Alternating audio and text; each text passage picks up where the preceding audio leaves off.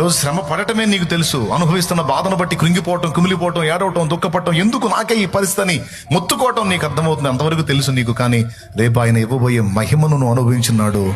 ఆనాడు నీకు అర్థమైంది, అబ్బా ఇది గుర్తించలేదు దేవా, నేను అనుకోలేదు దేవా,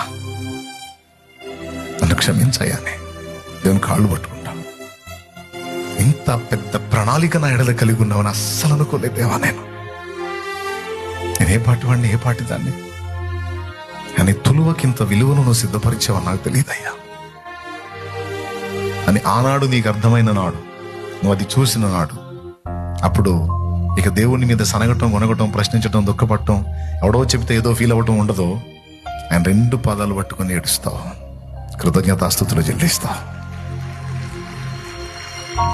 ఎందుకంటే ఫైనల్గా చెప్తున్నా, ఆయన మీ నాయన, నిన్నెంతో ప్రేమించే నాన్న. భూ సంబంధమైన నాన్న నిన్ను వదిలిపోయినా, పట్టించుకోకపోయినా, అర్థం చేసుకోపోయినా, ఆదరించకపోయినా, నీ తల్లి గర్భంలో నిన్ను పుట్టించింది మొదలుకొని ఈనాటి వరకు నీడలా నిన్ను వెంటాడుతూ నిరంతరం కాచుకుంటూ